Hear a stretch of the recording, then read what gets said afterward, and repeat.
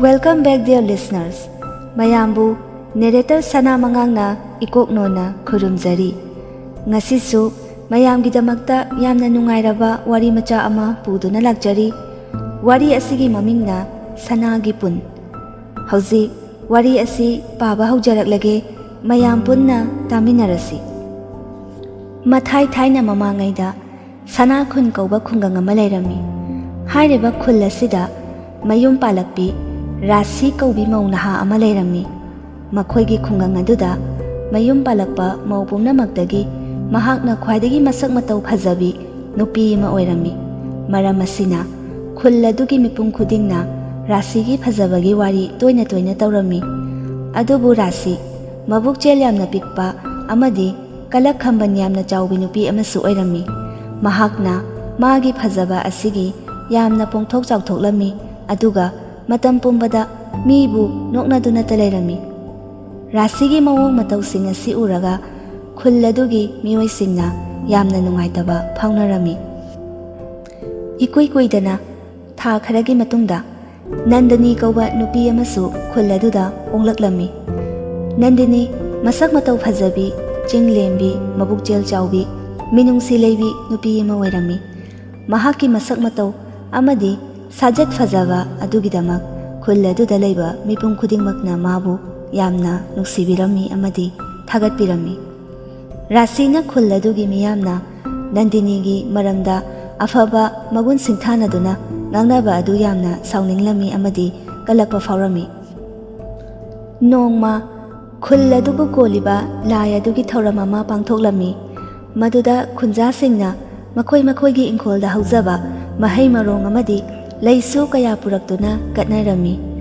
Nandinisu khul adugi laida katnanaba haiduna magi ingkholda hauba lei pambi adudagi lei khara heke haiduna tauringaida Rasi adu laklami aduga afaba saduna Ita lei he iro aisu nangi leisi kite hekige horel khulgi laida katnanaba asumna haraklami. Nandinina harau harau hoi hekho ita aisu heke tauramine nangi lei hapnanaba polang langthokpirukhigeko.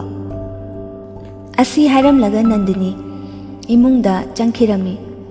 Nandinina imungda changkhringaida Rasina mapukningda asumna khalami. Magi lei pambisida satliba leisingse aina lon hektoge horen laida lei katpada aina yamna katle hainanaba. Asi hairaduna Nandini udringaida leisingdu loinamak hektoklami. Ngahak leiraba matung Nandini imungdagi polang ama pudaduna tholaklami. Rasina lei pumnamak hektoklamba adu ubada Nandini mapukningda nungaitaba faurami. Adubu karisu hairamde Rasi chatkraba matungda Phajadraba mawong maril tadraba lei khara lemhobadu oina Nandinina heklammi. Asumna Rasina kalak khambanba amadi phattaba mabuk jel chenbagi thawong asi toina toina Nandinida uthokpa hauraklammi. Mana machindadi afaba nungsiba saraga Nandinida nungai handaba asi yamna toina taurammi. Adubu Nandini nongmata kaisu hairamde. Nongmagi numitni nungthilgi matamni Nandinina ising pullama pairaduna Rasigi mayumda lakladuna tureldagi ising soklusi haiduna hairami. Rasi su punnama pairaga tholakladuna mabani ising sokpa laklami. Turel mapal yaurakpada hanubi amana mabani bu kauraklami. Aduga asumna hairai. Ibema nabani bu ising sokadauriro nabokki pun simata sokpiramu turel kumbado ngamdadana leirene nabokse. Asumna hairaklami. Hanubi adugi wadu tabada Rasina sau launa asumna khumlai. Ngamjadre isagi sibaw soktri nangi isinga sokpiba ngamjararoi nachana suga amta leijadrabo hanubi nangbo makhoida hairusu chatlo. Asumna khumlaklami. Rasigi wadu tabada hanubi adu mathwai nungairamde adubu Nandinina hanubi aduda onsinduna asumna hairai. Abo kadaino nangi ising pundo nasu ai sokpiramlage. Asi hairaduna hanubi adugi pulladu lauraduna turenda kumtharami. Madu ubada Rasidi sauning malladuna Nandinida asumna hairai. Nangna aphabi muk sabirinine. Asi hairaduna machuk paithokladuna ising ado sokminaraga kakhalaklamni. ꯇꯣꯔꯕꯥꯟ ꯌꯧꯔꯕꯗ ꯅꯟꯗꯤꯅꯤꯅ "ꯑꯕꯣ, ꯏꯁꯤꯡꯗꯣ ꯁꯤꯗ ꯂꯩꯔꯦ. ꯑꯗꯣ ꯑꯕꯣꯛꯀꯤ ꯌꯨꯝꯕꯨ ꯀꯗꯥꯏꯗꯅꯣ? ꯑꯩ ꯄꯨꯁꯤꯟꯕꯤꯔꯝꯃꯒꯦ. ꯑꯕꯣꯛꯅ ꯄꯨꯕꯗ ꯂꯨꯝꯂꯅꯤꯌꯦ." ꯍꯅꯨꯕꯤ ꯑꯗꯨꯅ ꯑꯁꯨꯝꯅ ꯈꯨꯝꯂꯛꯏ, "ꯏꯕꯦꯝꯃ, ꯇꯣꯔꯕꯥꯟ ꯃꯌꯥ ꯑꯁꯤꯗ ꯂꯩꯔꯤꯕ ꯌꯨꯝꯁꯤꯅꯤ. ꯏꯁꯨꯗꯤ ꯄꯨꯛꯆꯦꯜ ꯆꯥꯎꯏꯗ." ꯑꯁꯨꯝꯅ ꯃꯈꯣꯏ ꯑꯍꯨꯝ ꯍꯅꯨꯕꯤ ꯑꯗꯨꯒꯤ ꯌꯨꯝꯗ ꯌꯧꯁꯤꯜꯂꯝꯃꯤ꯫ ꯍꯅꯨꯕꯤ ꯑꯗꯨꯅ ꯏꯁꯤꯡ ꯑꯗꯨ ꯏꯃꯨꯡꯗ ꯄꯨꯁꯤꯟꯕꯤꯔꯝꯃꯨ ꯍꯥꯏꯔꯛꯄꯗꯒꯤ ꯏꯃꯨꯡꯗ ꯆꯪꯂꯛꯄꯗ ꯏꯁꯤꯡ ꯄꯨꯜ ꯃꯈꯜ ꯃꯌꯥꯝ ꯂꯩꯕ ꯊꯦꯡꯅꯔꯝꯃꯤ꯫ ꯁꯅꯥꯒꯤ, ꯂꯨꯄꯥꯒꯤ, ꯂꯩꯕꯥꯛꯅ ꯁꯥꯕ ꯄꯨꯟ ꯃꯌꯥꯝꯗꯨ ꯔꯥꯁꯤꯒ ꯅꯟꯗꯤꯅꯤꯒꯅ ꯎꯔꯝꯃꯤ꯫ ꯔꯥꯁꯤꯗꯤ ꯁꯅꯥꯒꯤ ꯄꯨꯟ ꯑꯗꯨ ꯎꯕꯗ ꯃꯥꯒꯤ ꯑꯣꯏꯕ ꯄꯥꯝꯂꯝꯃꯤ꯫ ꯑꯗꯨꯅ ꯍꯅꯨꯕꯤ ꯑꯗꯨꯗ ꯃꯔꯩ ꯀꯣꯠꯊꯁꯟꯅꯔꯒ ꯑꯁꯨꯝꯅ ꯍꯥꯏꯔꯛꯏ, "ꯑꯕꯣ, ꯑꯁꯤꯒꯤ ꯁꯅꯥꯒꯤ ꯄꯨꯜ ꯑꯁꯦ ꯌꯥꯝ ꯄꯥꯝꯖꯩꯌꯦ. ꯑꯩꯒꯤ ꯑꯣꯏꯖꯔꯒꯦ ꯄꯨꯜ ꯑꯁꯦ." ꯔꯥꯁꯤꯒꯤ ꯋꯥꯍꯩꯁꯤꯡ ꯑꯗꯨ ꯇꯥꯕꯗ ꯍꯅꯨꯕꯤ ꯑꯗꯨꯅ ꯑꯁꯨꯝꯅ ꯈꯨꯝꯂꯛꯏ, "ꯏꯁꯨꯅꯕꯨ ꯄꯥꯝꯂꯗꯤ ꯄꯤꯒꯦ. ꯑꯗꯨꯕꯨ ꯍꯧꯖꯤꯛꯇꯤ ꯅꯪꯒꯤ ꯄꯨꯟ ꯑꯃ ꯂꯩꯖꯔꯤꯕꯅꯤꯅ ꯃꯗꯨ ꯑꯗꯨꯝ ꯁꯤꯖꯤꯟꯅꯈꯣ. ꯅꯪꯒꯤ ꯄꯨꯟ ꯂꯩꯇ꯭ꯔꯀꯥꯟꯗ ꯄꯤꯒꯦꯀꯣ." ꯑꯁꯨꯝꯅ ꯍꯥꯏꯔꯛꯂꯝꯃꯤ꯫ ꯔꯥꯁꯤ ꯌꯥꯝꯅ ꯁꯥꯎꯅꯤꯡꯂꯝꯃꯤ, ꯑꯗꯨꯕꯨ ꯅꯣꯛꯁꯤꯟꯅꯔꯝꯃꯤ꯫ ꯑꯁꯨꯝꯅ ꯅꯟꯗꯤꯅꯤꯒ ꯔꯥꯁꯤꯒ ꯄꯨꯟꯅ ꯃꯌꯨꯝ ꯃꯌꯨꯝꯗ ꯍꯜꯂꯛꯂꯝꯃꯤ꯫ ꯅꯨꯃꯤꯠꯇꯨꯒꯤ ꯅꯨꯡꯗꯥꯡꯅꯤ꯫ ꯔꯥꯁꯤ ꯇꯨꯝꯊꯕ ꯌꯥꯔꯝꯗꯦ꯫ ꯀꯔꯝꯅ ꯍꯅꯨꯕꯤ ꯑꯗꯨꯗꯒꯤ ꯁꯅꯥꯒꯤ ꯄꯨꯜ ꯑꯗꯨ ꯂꯧꯁꯤꯒꯦ ꯍꯥꯏꯗꯨꯅ ꯈꯜꯂꯝꯃꯤ꯫ "ꯑꯩꯒꯤ ꯂꯩꯔꯤꯕ ꯄꯨꯟꯁꯦ ꯊꯨꯒꯥꯏꯔꯁꯨ ꯁꯅꯥꯒꯤ ꯄꯨꯟ ꯑꯗꯨ ꯄꯥꯝꯕꯒꯤ ꯊꯨꯒꯥꯏꯕꯅꯤ ꯍꯥꯏꯅ ꯈꯟꯈꯤꯅꯤ꯫ ꯑꯗꯨꯗꯤ ꯑꯩ ꯀꯩꯗꯧꯁꯤꯒꯦ?" ꯑꯁꯨꯝꯅ ꯉꯥꯏꯍꯥꯛ ꯃꯈꯜ ꯃꯈꯜ ꯈꯜꯂꯕ ꯃꯇꯨꯡ ꯋꯥꯈꯜ ꯑꯃ ꯂꯥꯛꯂꯝꯃꯤ꯫ ꯃꯗꯨꯗꯒꯤ ꯔꯥꯁꯤ ꯑꯗꯨ ꯍꯔꯥꯎꯔꯗꯨꯅ ꯇꯨꯝꯊꯈꯤꯔꯝꯃꯤ꯫ ꯃꯊꯪꯒꯤ ꯅꯨꯃꯤꯠꯅꯤ꯫ ꯔꯥꯁꯤ ꯉꯟꯇꯥ ꯍꯧꯒꯠꯂꯗꯨꯅ ꯃꯥꯒꯤ ꯏꯁꯤꯡ ꯄꯨꯜ ꯑꯗꯨ ꯄꯥꯏꯔꯗꯨꯅ ꯅꯟꯗꯤꯅꯤꯒꯤ ꯃꯅꯥꯛꯇ ꯂꯥꯛꯂꯗꯨꯅ ꯅꯟꯗꯤꯅꯤꯕు ꯏꯁꯤꯡ ꯁꯣꯛꯂꯨꯁꯤ ꯍꯥꯏꯗꯨꯅ ꯀꯧꯔꯝꯃꯤ꯫ ꯅꯟꯗꯤꯅꯤ ꯏꯃꯨꯡꯗꯒꯤ ꯊꯣꯛꯂꯛꯂꯒ, "ꯑꯦ, ꯏꯇꯥ, ꯑꯁꯨꯛ ꯉꯟꯅ ꯏꯁꯤꯡ ꯁꯣꯛꯂꯨꯁꯤ ꯍꯥꯏꯔꯤꯁꯤꯕꯨ ꯉꯔꯥꯡ ꯅꯨꯡꯊꯤꯜꯗꯁꯨ ꯏꯕꯥꯅꯤ ꯁꯣꯛꯂꯨꯔꯤꯗꯨꯗꯤ?" ꯔꯥꯁꯤꯅ, "ꯍꯣ, ꯍꯧꯗꯣꯡ ꯇꯥꯁꯤꯟꯗꯅ ꯄꯨꯟꯒꯤ ꯏꯁꯤꯡꯗꯣ ꯂꯣꯏ ꯍꯩꯗꯣꯛꯈ꯭ꯔꯦ. ꯍꯧꯖꯤꯛ ꯁꯣꯛꯂꯨꯁꯤ ꯂꯥꯛꯑꯣ." ꯑꯁꯨꯝꯅ ꯃꯕꯥꯅꯤ ꯇꯨꯔꯦꯜꯗ ꯏꯁꯤꯡ ꯁꯣꯛꯄ ꯀꯨꯝꯊꯔꯛꯂꯝꯃꯤ꯫ ꯔꯥꯁꯤꯅ ꯏꯁꯤꯡ ꯑꯗꯨ ꯍꯥꯟꯅ ꯁꯣꯛꯂꯝꯃꯤ꯫ ꯑꯗꯨꯒ, "ꯏꯇꯥ, ꯑꯩꯒꯤ ꯄꯨꯟꯁꯦ ꯑꯃꯨꯛꯇ ꯄꯥꯏꯌꯣ. ꯑꯩꯒꯤ ꯈꯣꯡꯁꯦ ꯂꯩꯈꯣꯝ ꯂꯣꯏ ꯇꯩꯔꯦ. ꯑꯃꯨꯛꯇ ꯊꯥꯗꯣꯛꯀꯦ." ꯑꯁꯤ ꯍꯥꯏꯔꯗꯨꯅ ꯏꯁꯤꯡ ꯄꯨꯟ ꯑꯗꯨ ꯅꯟꯗꯤꯅꯤꯗ ꯄꯤꯁꯤꯜꯂꯝꯃꯤ꯫ ꯅꯟꯗꯤꯅꯤꯅ ꯏꯁꯤꯡ ꯑꯗꯨ ꯂꯧꯔꯒ লেꯞꯄꯒ ꯂꯩꯔꯤꯉꯩꯗ ꯔꯥꯁꯤꯅ ꯅꯥꯟꯊꯨ ꯁꯥꯟꯅꯕ ꯁꯥꯔꯒ ꯅꯟꯗꯤꯅꯤꯗ ꯏꯜꯂꯝꯃꯤ꯫ ꯃꯗꯨꯗ ꯅꯟꯗꯤꯅꯤꯁꯨ ꯈꯣꯡꯐꯝ ꯆꯥꯍꯧꯗꯗꯨꯅ ꯇꯨꯁꯤꯜꯂꯝꯃꯤ꯫ ꯇꯨꯁꯤꯟꯕ ꯑꯗꯨꯗ ꯃꯕꯥꯅꯤꯒꯤ ꯄꯨꯟ ꯑꯗꯨ ꯀꯥꯏꯔꯝꯃꯤ꯫ ꯃꯗꯨ ꯎꯕꯗ ꯔꯥꯁꯤꯅ ꯇꯧꯁꯤꯟꯅꯕ ꯍꯧꯔꯛꯂꯝꯃꯤ꯫ "ꯍꯩꯃꯥ, ꯑꯦ, ꯑꯩꯒꯤ ꯄꯨꯟꯁꯦ ꯂꯣꯏ ꯊꯨꯒꯥꯏꯔꯦ. ꯑꯩꯒꯤ ꯄꯨꯟꯁꯦ ꯀꯥꯏꯍꯜꯂꯦ. ꯑꯩꯗꯤ ꯀꯃꯥꯏꯅ ꯇꯧꯗꯣꯔꯤꯒꯦ? ꯅꯪꯅ ꯑꯩꯒꯤ ꯄꯨꯟꯁꯦ ꯀꯥꯏꯍꯟꯕꯅꯤ." ꯑꯁꯨꯝꯅ ꯅꯟꯗꯤꯅꯤꯗ ꯃꯔꯥꯜ ꯁꯤꯖꯤꯜꯂꯗꯨꯅ ꯈꯣꯟꯖꯦꯜ ꯍꯧꯅ ꯍꯧꯅ ꯇꯣꯔꯕꯥꯟ ꯃꯌꯥꯗ ꯂꯩꯔꯤꯕꯤ ꯍꯅꯨꯕꯤ ꯑꯗꯨ ꯇꯥꯅꯅꯕ ꯉꯥꯡꯂꯛꯏ꯫ ꯅꯟꯗꯤꯅꯤꯗꯨ ꯏꯄꯥ ꯄꯥꯈꯠꯅ, "ꯏꯇꯥ, ꯑꯩ ꯈꯣꯡꯐꯝ ꯆꯥꯍꯧꯗꯕꯗꯒꯤ ꯇꯨꯈꯤꯕꯅꯦ. ꯅꯪꯒꯤ ꯄꯨꯟꯁꯦ ꯑꯩ ꯑꯃ ꯄꯤꯔꯒꯦ. ꯑꯩꯒꯤ ꯌꯨꯝꯗ ꯄꯨꯟ ꯑꯍꯟꯕ ꯑꯃ ꯂꯩꯍꯧꯋꯦ." ꯑꯁꯨꯝꯅ ꯍꯥꯏꯔꯛꯂꯝꯃꯤ꯫ ꯑꯗꯨꯕꯨ ꯔꯥꯁꯤꯒꯤ ꯅꯤꯡꯉꯥꯏꯗꯤ ꯍꯜꯂꯝꯗꯦ꯫ "ꯌꯥꯔꯣꯏ, ꯑꯩꯒꯤ ꯄꯨꯟꯗꯨꯃꯛ ꯄꯤꯒꯗꯕꯅꯤ. ꯅꯪꯅ ꯊꯑꯣꯏꯅ ꯀꯥꯏꯍꯜꯂꯒ." ꯑꯁꯤ ꯍꯥꯏꯔꯗꯨꯅ ꯔꯥꯁꯤ ꯌꯥꯝꯅ ꯁꯥꯎꯔꯝꯃꯤ꯫ ꯉꯥꯡꯅꯔꯤꯕ ꯑꯗꯨ ꯇꯥꯔꯗꯨꯅ ꯍꯅꯨꯕꯤ ꯑꯗꯨꯅ ꯇꯣꯔꯕꯥꯟꯂꯣꯝꯗꯒꯤ ꯃꯕꯥꯅꯤꯗ ꯑꯁꯨꯝꯅ ꯍꯥꯏꯔꯛꯏ, "ꯏꯁꯨꯁꯥ, ꯀꯩꯗꯧꯅꯔꯒꯦꯅꯦ ꯅꯣꯏꯕꯣ? ꯇꯣꯔꯕꯥꯟ ꯑꯁꯤ ꯀꯥꯔꯛꯂꯒ ꯑꯕꯣꯛꯇ ꯍꯥꯏꯌꯣ, ꯀꯅꯥꯒꯤ ꯀꯔꯤ ꯀꯥꯏꯔꯦ ꯍꯥꯏꯕꯅꯣ?"